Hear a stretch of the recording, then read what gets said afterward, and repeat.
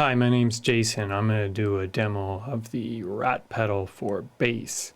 I'm sure as you know, it's actually a guitar pedal, but it works pretty good on bass for making a super fuzz sound, as I'm about to show you.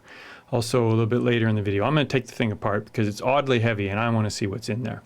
So let's start with this story. My band went into studio and recorded this.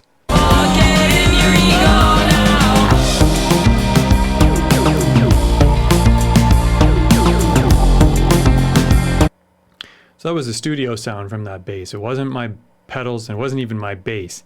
It was the studio jazz bass, and it was going into some kind of tube preamp. So I tried several pedals to try to get the super saturated fuzz sound.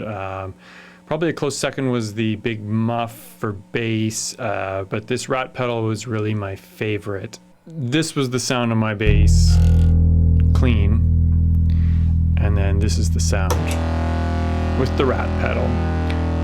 It's got that super saturated sound.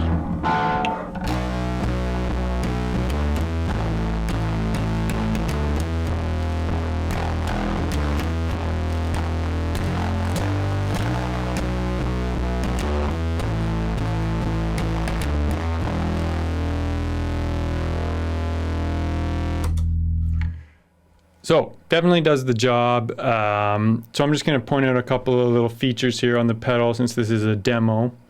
So pedal on. So the distortion here, you know, you can start, you know, a little lighter if you just want to. That's kind of like a little more what my amp would do by itself. And then you've got this tone pot, basically. It says filter, but it's a tone pot. It's basically the same tone pot that you're getting on your actual instrument, but it's kind of wired backwards. Because as you crank it this way, it rolls off the high end. This way, brings the high end back in.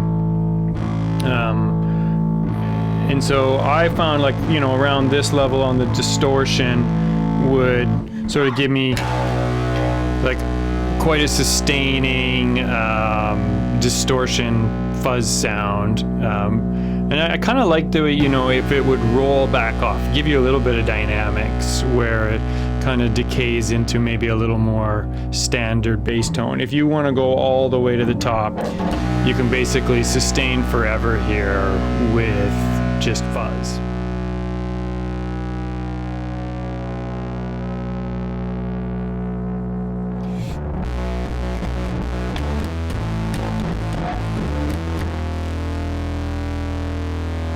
So I'm also going to just give you a couple of pick sounds.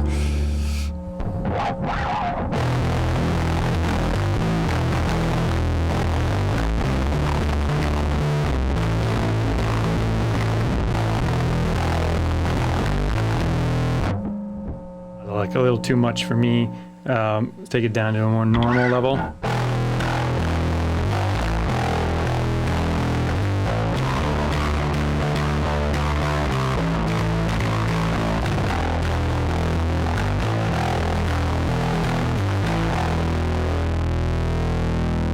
And we'll just try it with just a little bit of fuzz.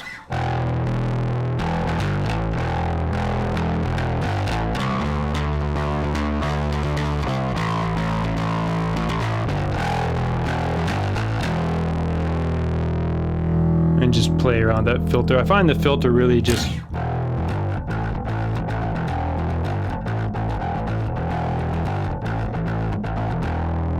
kind of smooths it out a bit. If you go to the jazz bass, just one pickup, you get a little more high harmonics from the actual pickup, which are really, you know, blown out by the rat. Turn that filter back to something more neutral.